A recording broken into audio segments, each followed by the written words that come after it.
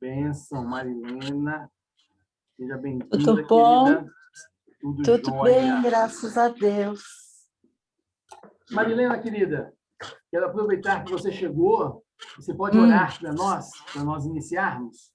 Posso.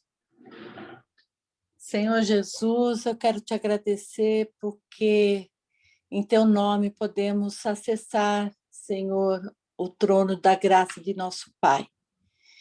E como os filhos, Senhor, pedimos, Senhor, que tu esclareça e tu coloque, Senhor, tudo aquilo que tu queres em nosso coração, ó Pai, para que possamos frutificar em teu nome e que a cada um que ouça essa palavra, Senhor, que ela venha, Senhor, com o poder e a intrepidez do teu Espírito Santo.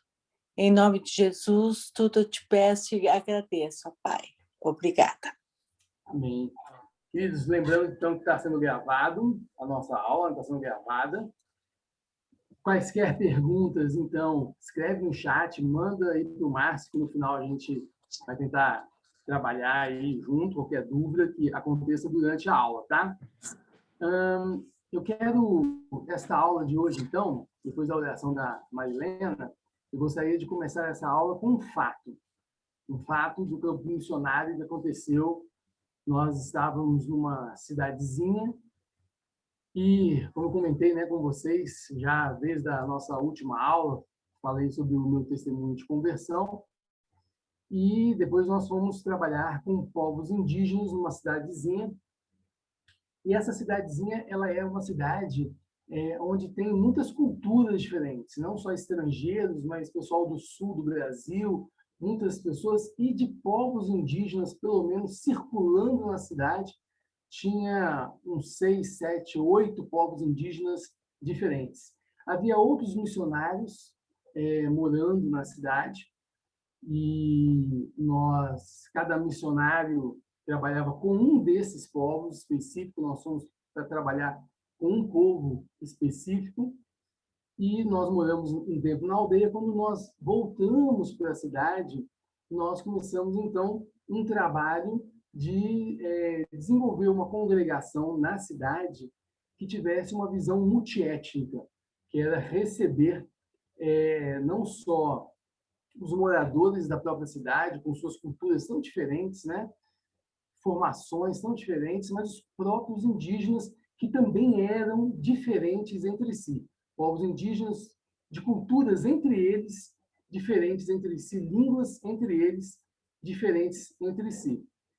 Então, esse foi assim, o grande desafio. E no meio dessa caminhada, numa outra congregação, numa outra igreja da cidade, um pastor, num domingo à noite, igreja cheia, ele vira para a sua comunidade nessa cidade e diz assim: eu não quero que entre dentro desta igreja nem pobre, nem índio. Queridos, esse foi o estopim do negócio, porque isso que é uma coisa chocante, né?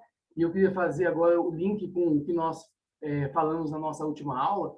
Como é fácil nós nos perdermos, como é fácil nós desviarmos do nosso projeto, como é fácil nós deixarmos de fazer aquilo para o que fomos chamados e que é exatamente a natureza do nosso chamado. Como é fácil nós desvirtuarmos, nos afastarmos. Por isso precisamos diariamente retornarmos ao primeiro amor, aquilo que realmente foi o nosso chamado, entendermos de fato o que é a igreja, esse projeto que nós encontramos lá na carta de Paulo aos Efésios, esse projeto multiétnico, essa beleza de Deus revelada na igreja, exatamente na diversidade nossa, não apenas uma diversidade étnica, mas uma diversidade também de faixa etária, uma diversidade também de classe social. É nessa beleza, nessa diversidade que se revela também a beleza da unidade nossa como igreja em Cristo. Mas esse pastor falou o que falou, e foi a gota d'água para que alguns missionários que frequentavam aquele trabalho migrassem para o trabalho que nós estávamos fazendo, então, ali na cidade, porque nós estávamos com uma visão exatamente de uma igreja multiétnica que abraçasse. E o tema hoje da gente é exatamente a questão do mandato cultural. Eu quero só interromper aqui um pouquinho, compartilhar com vocês uma outra tela, para vocês verem que vocês estão vendo. É exatamente, a gente colocou essa logo, né, se a gente pode chamar assim, num outdoor enorme do lado de fora ali da igreja, todo mundo que passava sabia, né, esse esforço nosso em comunicar que nós estávamos ali sendo plantados por Deus como igreja para levar o evangelho a tantos povos indígenas, mas também aos goianos, matogrossenses, sul-matogrossenses, estrangeiros, povos vindos de fora, que estavam ali residindo na cidade, e nós queríamos ser uma igreja multiétnica que abraçasse toda essa gama de diversidade que se apresentava, então, ali na cidade. Essa logo ela traz uma série de possibilidades, né? Tanto o peixe, que é uma oportunidade de você falar sobre a história da igreja no início, onde os cristãos se identificavam uns aos outros a partir de um desenho de peixe, que significava exatamente Jesus Cristo é o Senhor, né, Filho de Deus. Em latim, era um acróstico, e os cristãos, como não sabiam quem era realmente cristão, quem era espião ali dentro do contexto da igreja, eles desenhavam um meio peixe no chão. Se a outra pessoa fosse realmente cristão, ele completaria o peixe. Então, nós estaríamos diante, não de um romano, de um pagão disfarçado, mas alguém que servia também ao Senhor Jesus. E a cidade, como uma cidade de turismo, de pesca, o peixe vivo ali pulando, também é bem interessante. Como vocês podem ver, esse esforço de comunicar por meio do grafismo típico ali da região, daqueles povos indígenas, e a mensagem preponderante da igreja, Jesus para todos os povos. Hoje, alguns anos depois, nós acompanhamos algumas famílias indígenas que haviam convertido para uma outra cidade, lá em Chapada dos Guimarães, uma escola para preparar indígenas, e deixamos esse trabalho com um grupo de missionários da cidade original. A igreja presbiteriana foi para um outro ambiente, e esse projeto, onde nós nos reunimos com esses povos indígenas, hoje ele está sendo assumido por uma missão indígena que nós temos no Brasil, chamada Uniedas. Nós até iríamos ano passado, não fosse a pandemia, porque iriam ser ordenados pastores indígenas, ia ser formada exatamente a liderança para continuar esse projeto aí, a partir da missão Uniedas, que é uma missão de indígenas chavantes, de maneira assim geral, né? Então, assim, é muito bonito você ver que o projeto de Deus vai se revelando para alcançar todas as culturas. Daí o tema da nossa igreja lá, Jesus para todos os povos, né? O muro da separação foi quebrado. Como que eu fui parar nessa região? Domingo passado eu compartilhei com vocês o meu testemunho de conversão. Eu converti no meio de vários missionários. Eu converti exatamente vendo o esforço desses missionários em pregar o evangelho nos seus contextos culturais, onde eles trabalhavam. Assim, todo ano a Missão Além me chamava para dar o meu testemunho de conversão ali, no curso onde eles preparam missionários. Todo ano eu ia lá e compartilhava o que eu compartilhei com vocês domingo passado. Num desses anos, propriamente dizendo, em 2006, em janeiro de 2006, eu estava lá na Missão Além, tinha compartilhado meu testemunho, estava tomando um cafezinho ali, conversando com um amigo. De repente, entra uma missionária e diz assim para mim: Fábio, você não acredita, tem uma região no Brasil super fechada para o evangelho. Nós estamos aqui orando por anos, porque já houve missionários lá nos anos 70, mas eles foram expulsos Nós temos orado durante anos para que as portas voltassem a abrir. Agora, Deus colocou um crente no departamento responsável pela educação dessa região, e ele ligou para a gente e falou assim, olha, tem povo indígena aqui precisando de professor de português. Eles estão pedindo. E essa missionária, contando isso tudo para mim, disse, Fábio, mas nós não temos ninguém nesse momento preparado para ir. Aí pronto. Foi aquela pulga que eu voltei para casa, coçando, né? E eu falei assim, nossa, e agora? O que eu estou fazendo aqui em Brasília, né? Eu, professor de português, minha esposa, professor de português, e a necessidade aí, essas portas abertas. Voltei para casa, compartilhei com minha esposa. Minha esposa virou e disse assim, Fábio, eu vou para qualquer lugar do mundo com você para sermos missionários, mas eu não vou para uma aldeia. Aí, o que você faz, né? Você faz exatamente o que deve fazer um bom marido. Você não conversa mais com sua esposa, você ora, né? Toda transformação precisa ser do Espírito Santo. Isso foi em 2006, em janeiro de 2006. Em julho de 2006, nós estávamos nessa cidade de Canarana, onde foi feito o convite para nós entrarmos numa aldeia. Em janeiro de 2007, nós fomos a uma aldeia, que foi exatamente a aldeia que anos depois a gente iria trabalhar como professor de português, mas naquele momento, em janeiro de 2007, a gente estava ali só para conhecer. E aí minha esposa topou, levamos nossas filhas, elas estavam com 1 ano e 3 anos, uma aldeia que não tinha nada, né? Não tinha acesso, ficava 3 horas de carro, mais 3 horas de barco da cidade mais próxima.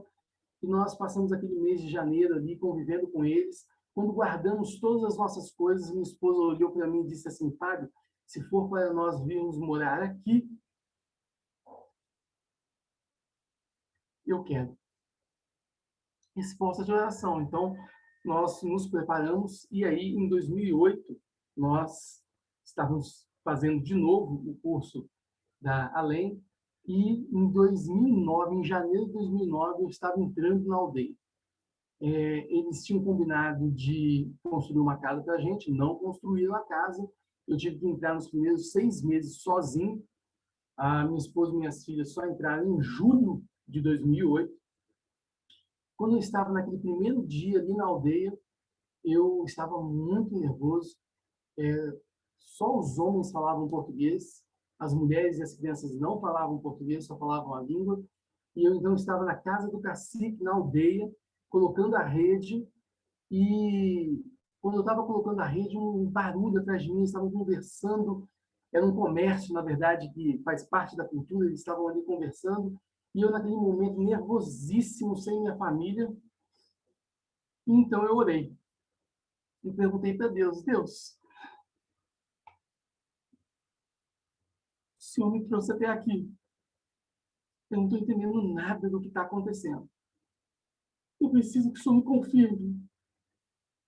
Minha esposa, minhas filhas estão na cidade, eu estou aqui sozinho. É um mundo totalmente diferente, uma língua que eu não entendo, uma cultura que eu não entendo. Precisava que o Senhor me confirmasse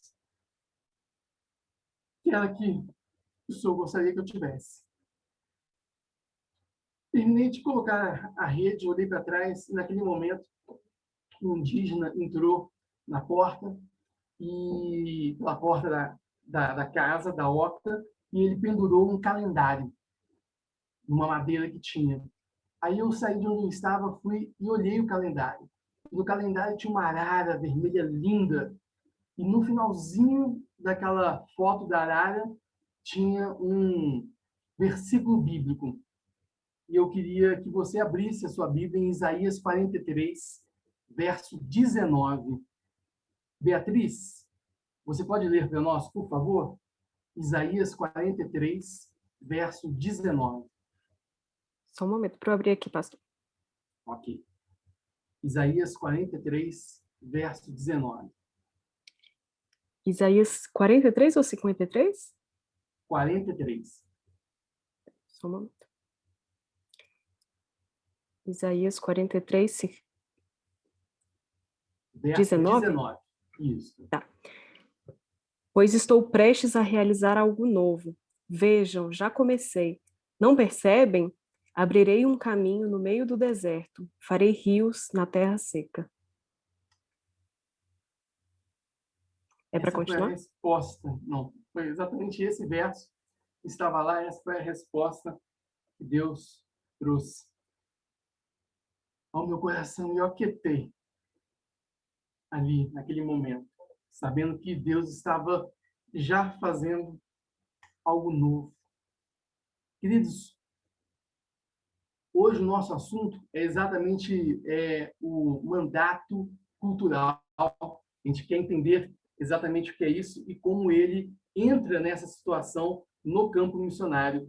Nós temos nos esforçado porque eu sou da Agência Presbiteriana de Missões Transculturais, que é uma agência da IPB, né, que é uma agência, então, confessional, denominacional. Quando nós chegamos no campo, nós encontramos muito material, como eu falei para vocês na aula passada, muito livro que tem sobre o assunto, inclusive sobre a Grande Comissão, mas muitos livros escritos em cima de uma teologia liberal, né, muito confuso, produzido, às vezes, por pessoas que têm um pressuposto muito complicado, muito ideologicamente enviesado, e também muito material, além disso, material que espelhava outras teologias, né, outras tradições que não a fé reformada.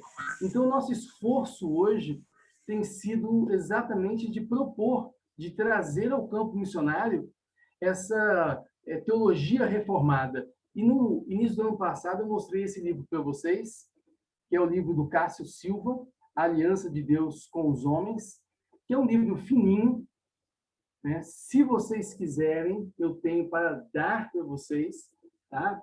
Eu estou falando aqui agora que eu lembrei, né? Está sendo gravado isso. Eu estou falando aqui com os alunos, hein? E esse livro, ele é uma apresentação da teologia do pacto para não apenas povos minoritários, povos indígenas, quilombolas, ciganos, mas também pessoas de uma certa dificuldade, de grau de escolaridade. Isso tem sido muito usado, tanto em área urbana, quanto em áreas no interior do Brasil. E o Cássio lançou, no final do ano passado, este livro aqui, ó, que é sobre igreja, que também é igreja na perspectiva da fé reformada, que é uma proposta. Deixa eu contar aqui para vocês uma coisa. Igreja, o povo da aliança, tá? Também do Cássio. Hoje, as missões como um todo, elas estão na discussão da eclesiologia. Por quê? Porque muitos povos foram evangelizados, eles agora já têm a sua liderança. Nós temos, por exemplo, pastores indígenas, diáconos indígenas, denominações indígenas, mas muitas dessas igrejas, elas estão morrendo hoje na sua segunda, terceira geração. Por quê? Porque a teologia que foi trabalhada com eles, a visão de igreja que foi trabalhada com eles, era uma visão muito autônoma, né? Diferente, por exemplo, da nossa, que é uma visão federativa. As igrejas locais são independentes, né? Ela tem a sua independência, claro, a sua liderança própria, mas nós somos intrincados como federação uns aos outros. Nós não somos independente futebol clube, né? E nós temos tentado levar essa visão. Quero contar para vocês que eu conheci há uns 2 anos atrás uma igreja plantada na selva amazônica. Lindo, um trabalho maravilhoso de se ver. E uma das coisas que a gente tem visto nessas igrejas é que, quando ela é organizada, há uma liderança, o missionário sai, elas começam a enfrentar os seus próprios problemas culturais. E que eles se veem muito sozinhos para resolver questões que são próprias da cultura dele. Por exemplo, às vezes você tem um líder jovem, um pastor jovem, e ele não tem voz culturalmente com pessoas mais velhas. Ele não pode interferir, ele não pode disciplinar. Então, nós temos visto trabalhos hoje de segunda e terceira geração que estão morrendo porque foram igrejas que, da maneira que foram plantadas, na filosofia, na teologia que foram plantadas, elas ficaram muito isoladas. esses indígenas têm ido às cidades mais próximas, batido na porta de quaisquer igrejas e pedido, pelo amor de Deus, pastor, vai lá para minha aldeia, vai lá, dá um curso para nós, fala de Bíblia mais para nós estamos precisando. Então, veja, são eles mesmos que pedem que eles não fiquem isolados, autônomos, no pior sentido da palavra, né? Mas uma palavra que o Solano Portela trouxe numa reunião, presbítero Solano Portela, uma reunião que foi feita com a base indígena da APMT, sobre isso que eu acabei de falar com vocês, ele trouxe uma palavra que é conectado. E a gente, então, tem investido nessa ideia de federação junto a essas igrejas, sejam igrejas quilombolas, sejam igrejas indígenas, mas que elas estejam conectadas a algum presbitério, a alguma igreja, onde eles continuem a ser acompanhados, como nós precisamos, eu e você precisamos, nós temos as nossas dúvidas, as nossas crises, e como corpo de Deus, como família de Deus que somos todos nós, precisamos desse apoio.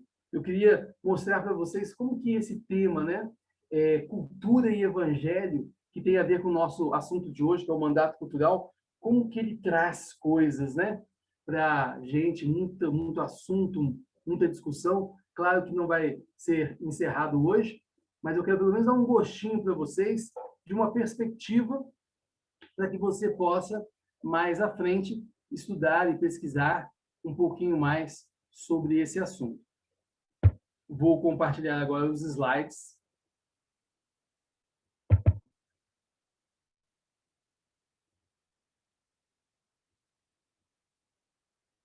Estamos todos juntos, né? Estão todos vendo e me ouvindo. Então, o nosso tema de hoje, ele é mandato cultural nas escrituras e suas implicações, uma abordagem intercultural. Todas as confissões reformadas, inclusive a Confissão de Fé de Westminster, antes de tudo, são escritos transculturais. Queridos, a igreja sempre se esforçou para ir ao encontro de outras culturas, né? Nós aqui temos uma história linda, que é quando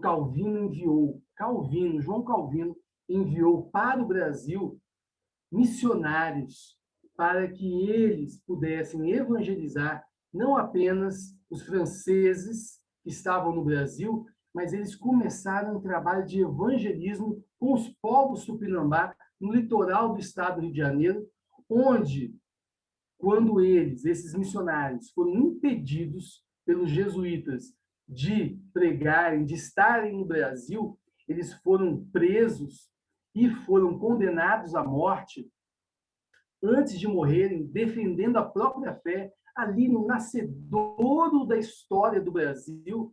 Esses missionários escreveram o que ficou conhecido como a Confissão de Fé da Baía de Guanabara, a primeira confissão de fé reformada escrita nas Américas, onde eles defenderam a fé. Esses missionários foram mortos, foram jogados do alto do penhasco, morro abaixo. Eu quero te dizer que hoje eu e você estamos aqui graças ao sangue de missionários que, desde o início da história do Brasil, eles não pensaram duas vezes, eles quiseram exatamente traduzir para mim e para você a palavra de Deus na nossa língua, o estudo bíblico, a boa e saudável teologia, como apresentar a palavra de Deus, como ensinar a palavra de Deus. Esse sempre foi o esforço da igreja. Fazendo uma ponte, relembrando da nossa aula passada, uma chave de hermenêutica para você, para ficar fácil de você trabalhar essas duas esferas. Então, a grande comissão foi dada à igreja porque se baseia na autoridade de Cristo, conquistada na vida, morte e ressurreição de Jesus. Igreja, povo de Deus, o coletivo. Eu quero que isso fique bem claro nessa ideia importante que o Michael Orton está apresentando para mim e para você. O grande mandamento foi dado a crentes e não crentes, porque se baseia na imagem de Deus presente em todos os homens. essa lei do amor é que julgará a todos nós, tanto descrentes como crentes que pensam que são crentes, que tem muita gente que pensa que é crente, né? Muita gente que até crê, como o diabo crê, né? Como diz lá em Tiago na Bíblia. Então, veja o contexto para isso ficar bem claro para mim e para você. Nós estamos avançando naquilo que nós falamos na nossa aula passada. Então, essa compreensão leva a gente a algumas perguntas, né? A grande comissão, nessa área da grande comissão, qual a razão de existir da igreja local? Ou por que plantamos igreja? Ou ainda, qual a missão da igreja? Veja que a grande comissão, ela é coletiva, ela é nossa, foi dada aos discípulos como corpo, como família do Senhor Jesus. O grande mandamento, como viver neste mundo, como exercer minha vocação no seu trabalho, na sua casa, na sua família, dentro da igreja, aonde quer que você esteja. Essa é uma responsabilidade minha e sua. E é aqui dentro dessa esfera do grande mandamento que um mandato cultural está também. E a gente precisa entender, então, o que é o mandato cultural. O mandato cultural, ele está dentro de uma série de mandatos que a gente chama de mandatos criacionistas. Lá da criação, quando Deus criou os céus e a terra, ele ordenou determinadas coisas. Uma dessas ordens a gente chama de mandato cultural. Eu vou trazê-la apenas porque, para mim, hoje, o nosso assunto é ele que eu quero tratar, é isso para mim que é importante. Existe uma grande confusão com as pessoas sobre o que é o Evangelho. O Evangelho é o poder para todo aquele que crê. Primeiro para o judeu, depois para o grego. O Evangelho é um poder para a conversão, para a transformação, para a regeneração. O Evangelho é Jesus. Porque somente Jesus transforma as pessoas. Somente Jesus tem poder para arrancar as pessoas do império das trevas. Então, o que é o Evangelho? Que está no ambiente da grande comissão. Que é o Evangelho, a pessoa de Jesus. A igreja foi chamada, foi comissionada a ensinar, como nós vimos na aula passada, tudo aquilo que Jesus ensinou, fazendo discípulos, ensinando-os, batizando-os. E o que é, então, cultura? Queridos, nós temos várias definições de cultura, mas eu vou optar pela mais simples para mim e para você, porque ela é muito interessante até no meu contexto onde eu trabalho, um contexto de povos indígenas, quilombolas, ciganos, pessoas que tratam com a terra. Então, para mim, é muito importante essa analogia. Você pode aprofundá-la, você pode abri-la, tá? Mas eu quero me concentrar nessa aqui. O que é cultura? É tudo aquilo que um grupo de pessoas se junta para cultivar.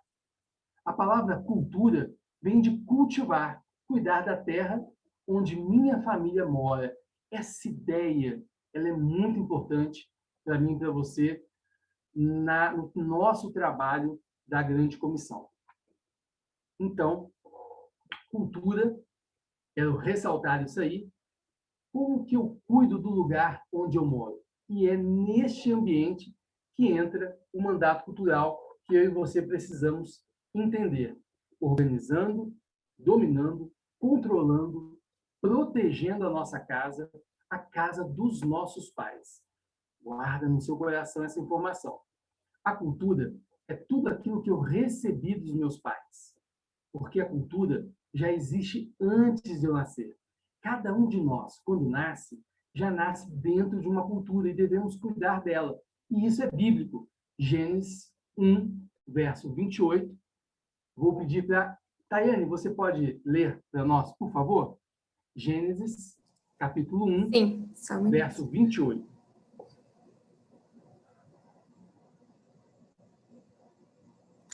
E Deus os abençoou e lhes disse: Sede fecundos, multiplicai-vos, enchei a terra e sujeitai-a. Dominai sobre os peixes do mar, sobre as aves dos céus e sobre todo animal que rasteja pela terra. Esse é o mandato cultural. Mas agora eu vou pedir para a Tayane ler o verso anterior ao que ela leu. Tá, 27. Criou Deus, pois, o homem à sua imagem. A imagem de Deus o criou. Homem e mulher os criou. Veja que, então, o mandato cultural, que está no verso 28, ele só é possível, ele foi criado, linkado, alicerçado no fato de que eu e você temos a imagem de Deus em nós. Tá? Então, todo ser humano recebeu uma ordem. Todo ser humano recebeu esta ordem. Esta é a lei. Este é o mandato cultural. Todavia, o pecado estilhaçou com a possibilidade do homem em cumprir a lei. Em outras palavras, mesmo quando o incrédulo cuida bem da sua cultura, aos olhos de Deus, ele está em desobediência, porque os propósitos do incrédulo não são para glorificar o dono da criação. Queridos, eu e você precisamos ter essa ideia muito clara. Há algo que só vai ser diferente se a igreja cumprir o seu papel de levar o evangelho ao mundo. O mandato cultural, a cultura do reino de Deus. O que Deus pediu para que nossos pais fizessem com aquilo que ele entregou para eles? Então, agora, vou deixar um pouquinho mais claro para você o que é o mandato cultural, o que está envolvido ali dentro, tá? Em Gênesis 1, 27 e 28. Primeira ordem, ser fecundos, frutificar, dar frutos, ser criativo, multiplicar, ter filhos, encher a terra, espalhar a glória de Deus, sujeitar a terra, controlá-la por meio de engenharia e outras tecnologias, dominar sobre a criação. O homem e a mulher são a coroa da criação. Essa é a cultura que foi dada por Deus a cada um de nós como ordem para obedecermos. É interessante pensar dentro desse modelo. Veja que eu estou continuando o modelo da aula passada. Na aula passada, nós temos duas esferas: a grande comissão e o grande mandamento. Ninguém mais cumpre o grande mandamento, tá? Porque o grande mandamento, ele é o resumo da lei. E a lei mata, mostra que eu e você não sabemos amar a Deus, na verdade, sequer somos amados por ele, não amamos ao próximo porque também não amamos a nós mesmos. Então, esse resumo da lei, a lei do amor, na verdade, ela condena a mim e a você. Condena todos os seres humanos na face da terra. Nós seremos julgados pelo amor. Essa é uma perspectiva que a gente não pode perder de vista. E a grande comissão é o quê? É a resposta a esta situação. A grande comissão mostra a mim e a você que é possível, por causa da obra que Jesus Cristo fez, de obedecermos ao grande mandamento. Então, só dentro da igreja podemos, de fato, cumprindo a grande comissão, cada um de nós cumprirmos o grande mandamento, de uma maneira que seja para a glória de Deus. E nessa mesma analogia, nós agora temos o mandato cultural, que também está no ambiente aqui do grande mandamento. Por quê? Porque ambos estão sustentados na imagem de Deus. Deus nos criou e deu uma ordem. Só que agora, por causa do pecado, nós não obedecemos mais. Então, como que cada um de nós pode, então, cumprir o mandato cultural? Se a grande comissão for cumprida. Somente se a grande comissão for cumprida. O mandato cultural, o grande mandamento, só serão uma realidade nas nossas vidas se nós formos regenerados, conquistados pelo reino de Deus, pela mensagem do Evangelho, por Jesus Cristo. A ordem de cuidar da casa de Deus, que é toda a criação, essa ordem tem nome, o mandato cultural. Interessante, né, dentro desse ambiente, o que é que logo após Deus faz, né? E para nos ajudar a realizar o mandato cultural, Deus logo após institui o casamento. Mas até o casamento foi corrompido. Vocês sabem disso, eu sei disso, pelo pecado. mas veja que nós estamos todos ainda dentro de uma esfera antes do pecado. Quem pode ler para mim, por favor, esse slide?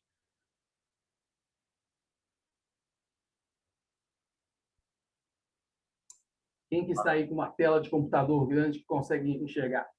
Mas porque não obedecemos às ordens de Deus e não cumprimos a cultura de Deus para cada um de nós. O que aconteceu em Gênesis 3? E Pode agora, continuar. em Gênesis 3:15, descobrimos que Deus tem um plano para nos trazer de volta à obediência. E isso acontecerá por meio do Evangelho. E quem é o Evangelho? Mas como cada ser humano na Terra saberá desse plano de restauração, de regeneração, como saberão se não há quem pregue? Amém, queridos. Amém. Nós temos essa responsabilidade como igreja, como família, como corpo, na grande comissão. E para trazer, então, essas esferas para mim e para você, né, da grande comissão, eu vou pedir para alguém ler aí para mim, enquanto eu vou mostrando, tá? Quem pode ler? Eu posso. Então pode começar aqui com a grande comissão.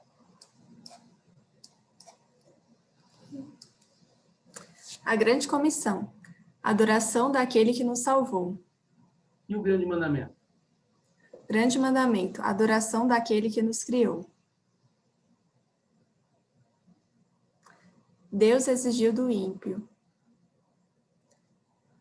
e do mundo que eles proclamassem o Evangelho, Mateus 28, 18 a 20. Veja que quando eu estou dentro do ambiente da grande comissão, algumas perguntas precisam surgir para que me ajudem a entender claramente esses dois ambientes, essas duas esferas. Pode continuar. As boas obras de uma ONG ou do governo são o Evangelho? Se a igreja se calar, alguém pregará o Evangelho? As boas obras do ímpio servem para a salvação dele ou de outros?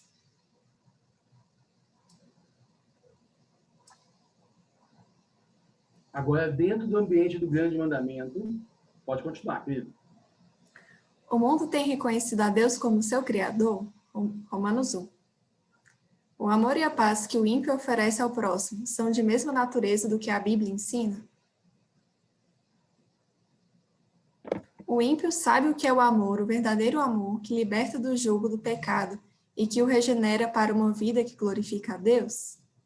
Veja, com essas perguntas, nesses dois ambientes, nós estamos discernindo para mim e para você o que realmente está em jogo desde a nossa primeira aula até a aula de hoje.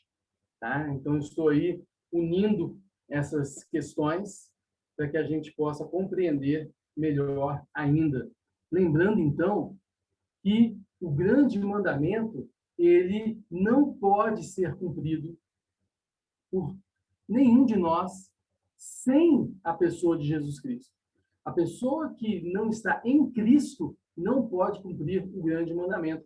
As boas obras, diz a Bíblia, do homem são trapo de imundície, são pano sujo. Por melhor que elas sejam, no nível humano, humanamente falando, ótimo. Mas apenas eu e você podemos, de fato, cumprir o grande mandamento. Porque agora, tudo que nós fazemos, fazemos em Cristo. E é Cristo a nossa glória. Não é para mim, não é para minha denominação, não é para o meu partido político, não é para o Estado, nada disso mais entra em jogo. O cristão pode cumprir o grande mandamento porque ele sabe que é amado por Deus e porque ele é amado por Deus agora verdadeiramente, ele sabe o que é amar de fato a si mesmo e sabendo isso ele pode dar ao próximo, ao outro, aquilo que ele tem. Jesus Cristo, o Evangelho e os frutos desse amor que ele tem colhido. Agora nós podemos sair do eixo, que somos nós mesmos, e nos dirigirmos ao outro, servirmos ao outro. A lei mata. O grande mandamento mata. Ele é o resumo da lei. Se a lei mata, o que é que nos vivifica? Queridos, a grande comissão é a mensagem que nos levará a cumprir o grande mandamento. Regenerados, tendo Cristo por nós e tendo Cristo em nós, eu e você agora, cada um de nós, assume a sua responsabilidade. Como igreja, como família, como corpo, na grande comissão. Como cada um de nós, no nosso trabalho, na nossa família, na própria igreja, em quaisquer lugar, você tem uma responsabilidade. Você não pode colocar nas mãos do seu pastor, nas mãos de quaisquer outras pessoas ou de um outro discípulo, um atestado de substituto. Não, vão vocês, eu fico aqui e vocês indo, façam o que não. A mensagem não é essa. A mensagem é que cada um de nós agora, em Cristo, temos a nossa responsabilidade. Você agora é chamado para o mandato cultural, para o grande mandamento. Porque você foi regenerado. Só o cristão pode, de fato, fazer a diferença. Mostrar ao mundo que o que ele tem chamado de amor, o que ele tem chamado de boas obras, podem ser muito boas horizontalmente, mas em nada servem verticalmente. E somente eu e você podemos fazer todas as coisas, quer comamos, quer bebamos, quaisquer coisas, para a glória de Deus. Quem mais poderá fazer isso? Senão eu e você, em Cristo Jesus, por causa de Cristo Jesus? Quem pode ler para mim a conclusão, por favor?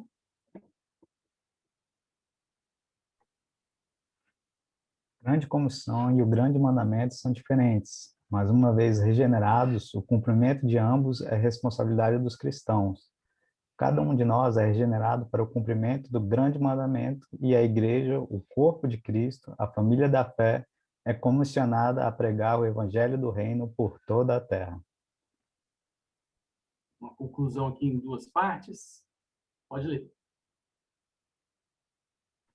Assim como a grande comissão e o grande mandamento são diferentes, o mandato cultural que se insere na esfera do grande mandamento não pode ser confundido com a grande comissão. A grande comissão é a ordem de Jesus para que seus discípulos façam discípulos, pois só um discípulo de Jesus, atuando na sua família, no seu trabalho e como bom cidadão diante do Estado, poderá cumprir o mandato cultural e a lei do amor. Amém, queridos. Bênção sobremaneira. Né? São vários temas aí, ó, que se abrem e tem mais ou menos uma semana que eu fui pregar na Igreja Presbiteriana de Brasília, acho que era uma conferência deles lá, e aí eu levei a mensagem em 1 Pedro, capítulo 2, acho que de 18 a 25, estendi um pouquinho para 1 Pedro, capítulo 3, ali para dar um exemplo do que eu estava falando, para que se compreendesse o que é que Pedro está falando ali em 1 Pedro. E uma das coisas assim, que salta aos nossos olhos quando nós lemos 1 Pedro é que as boas obras que eu e você fazemos, elas têm duas funções ali naquele contexto. Lembra? Pedro estava escrevendo com um povo em diáspora, né? Um povo que está sendo espalhado. Então, tem duas funções ali bem interessantes. A primeira função da boa obra que eu e você fazemos é para a glória de Deus. Queridos, Deus preparou boas obras para que você, preparou de antemão, para que eu e você andássemos nela. Olha que bênção! Quem é que pode realizar boas obras para a glória de Deus, tendo Ele mesmo já preparado elas para que eu e você andemos? Então, as boas obras são para a glória de Deus. A tua vida é um projeto para a glória de Deus. Tudo, tudo. Segunda função lá em 1 Pedro, as nossas boas obras calam a boca dos nossos inimigos. Por que você precisa ser um bom cidadão? Por que você precisa ser um bom empregado, um bom patrão, um bom marido, uma boa esposa, um bom pai, um bom filho? Para que as pessoas não tenham o que falar contra você. E, buscando esta santidade de vida, que é o tema lá de 1 Pedro, buscando essa santidade de vida, você será livre para pregar o Evangelho, para falar de Jesus a essas pessoas. Isso é bárbaro, gente. Isso é maravilhoso. Queridos, perguntas, comentários, dúvidas?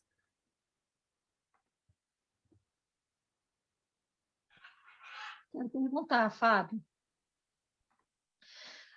Eu fico, assim, às vezes, me incomoda a questão do nosso trabalho em Santa Luz e Cristiano Castro. Na verdade, a igreja está cumprindo o grande mandamento, a grande comissão. Mas, ao mesmo tempo, quando fala em fazer discípulos, essa missão que é individual, quando você pensa que você tem 1.200 famílias apadrinhadas, eu não sei se realmente essa grande comissão tem sido realmente feita. Porque eu acredito que deveria haver um maior envolvimento de cada pessoa da igreja que apadrinhou para que discipulasse aquela família. Eu queria que você comentasse sobre isso. Muito bom, Sônia. Olha só que interessante. Nós precisamos ter um projeto para esses lugares como igreja. Que a grande comissão é uma tarefa de todos nós, coletiva. Então, nós precisamos ter um projeto coletivo para lá, que envolve, inclusive, o presbitério de lá, a igreja local de lá, para que nos ajude na grande comissão nesse trabalho. Perfeito. E estamos, cada um de nós, realizando o grande mandamento com essas famílias. Mas é lógico que amar à distância, né, gente? Não faz muito parte do negócio. Eu sei o que você está falando, Sônia. É claro que a gente quer estar ali perto, é claro que a gente quer interferir na vida das pessoas. É evidente, gente. A gente tem esse evangelho maravilhoso dentro de nós, a gente tá cheio de amor para dar, entendeu? E amor tem a ver com isso, com chegar lá, olhar na cara das pessoas, entendeu? É uma coisa que a gente quer mesmo, e é bom que isso arda mesmo, que a gente procure soluções para isso. Mas o caminho, Sônia, é exatamente esse aí, tá? Ótimo. Bruninho, Tayane? Só complementando o que a Sônia falou, eu sinto assim que há uma dificuldade muito grande de a gente entrar em contato com a criança, com a família da criança. Aqui, durante a pandemia, a gente queria dar uma agrada a mais, queria contato de lá para telefonar, para orar, para ver como que eles estão ali e tudo. E há um distanciamento. A gente não conseguiu nenhum meio para poder comunicar. O único meio que fala, manda um e-mail assim, assim, assado. Não, mas eu queria diretamente. A gente não sabe se leu. A gente não tem esse retorno, né? Que seria importantíssimo, né? Assim, até de uma maneira da gente tentar ver se está sendo realmente evangelizado ali, né? Essa é a preocupação. Eu sinto isso também, mesmo jeito que a Sônia falou. Acho que é uma forma da gente se aproximar. Vai ao encontro, tá, do que a gente está falando em termos de coletividade. Nós precisamos do coletivo, né? Nós precisamos, todos nós que estamos envolvidos, todos nós entendermos os detalhes do negócio, porque a gente quer amar, a gente quer se envolver mesmo, o negócio é por aí mesmo. A gente precisa achar o caminho para trazer a gente para mais perto, né? Queridos, mais alguém? Alguma pergunta? Algum comentário que você gostaria de fazer? Está claro, queridos? Então, pastor, está claro. É Raquel que está falando aqui. Deixa eu ligar meu vídeo, que assim fica ruim. Eu acho que a gente se sente muito desafiado e energizado ao mesmo tempo por esse desafio. A sua pregação do começo do ano sobre planejamento marcou minha vida, porque realmente, com que ousadia nós não planejamos fazer a obra do Senhor, né? Então, é isso que nós estamos fazendo aqui hoje, né? São desafios, são perguntas que ficam em aberto, com certeza. E sim, especificamente em relação à La Santa Luz, eu também me venho à memória que essa entidade é uma entidade fundada por presbiterianos. Ela é americana, né? O conselho dessa organização se tornou uma organização altamente respeitada nos Estados Unidos, sendo ouvida pelo próprio governo americano nas políticas, né, para a infância lá dos Estados Unidos. Eu não sei como está agora com esse novo governo, né?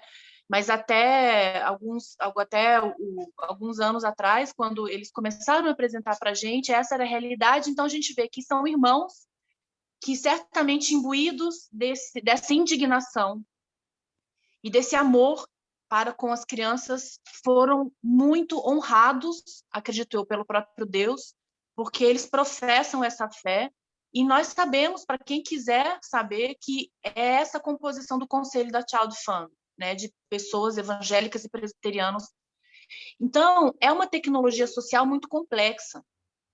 Eu acho que a gente poderia tentar se inteirar mais e realmente procurar entender aonde está o evangelismo, qual é o lugar do evangelismo nessa metodologia, porque com certeza ele existe, né? E não se frustrar com essas tentativas aparentemente mal sucedidas, né, de contato direto e de evangelização direta. É porque existe um planejamento quadrianual. Existem ciclos de mudança da vida, de um planejamento de toda uma cidade. São processos longos de intervenção na vida, né, daquelas comunidades.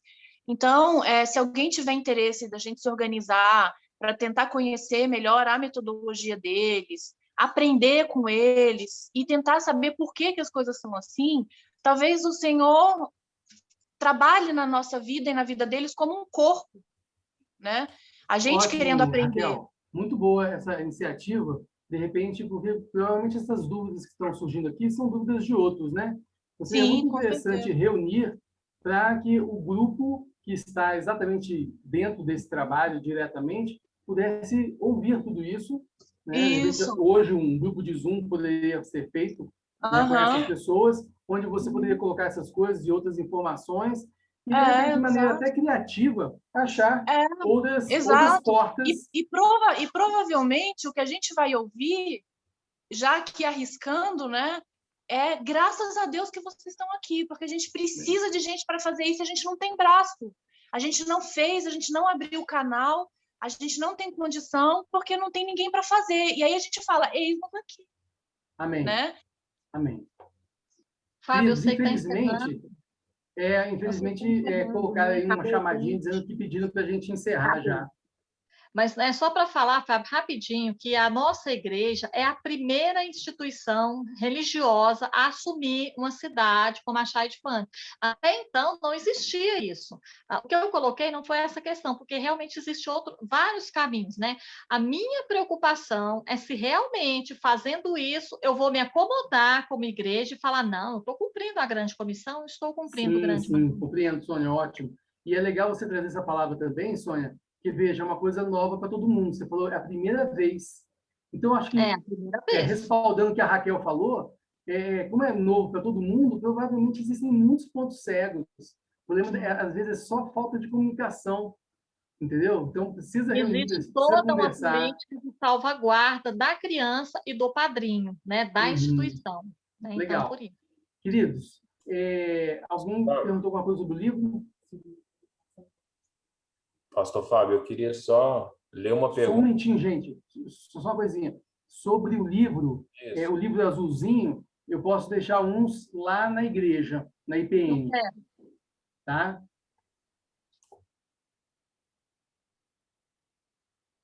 Sabe, você ia falar, querido?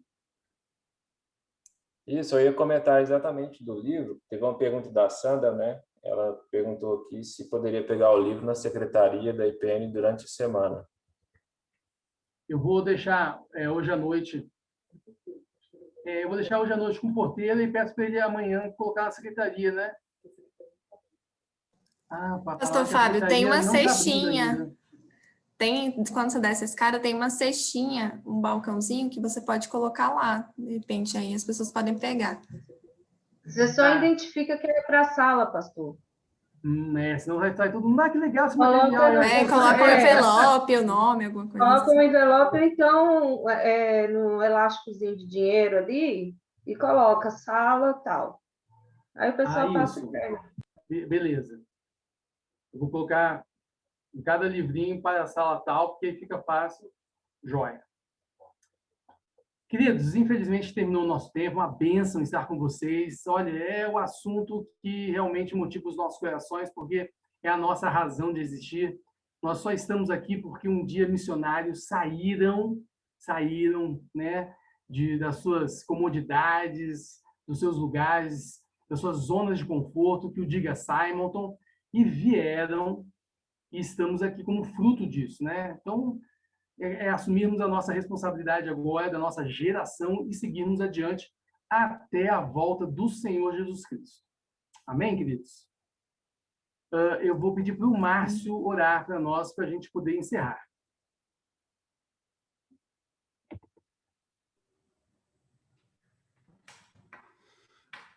Senhor, nosso Deus, nosso Pai, que a Tua bondade, que a Tua generosidade permaneça conosco durante esse dia, que as nossas vidas alegrem o Teu nome, Senhor. Em relação à aula, Senhor, que o Espírito Santo complete a palavra em nossos corações, trazendo o discernimento, a força e a vontade de fazer a Tua obra da forma que Te agrada, Senhor.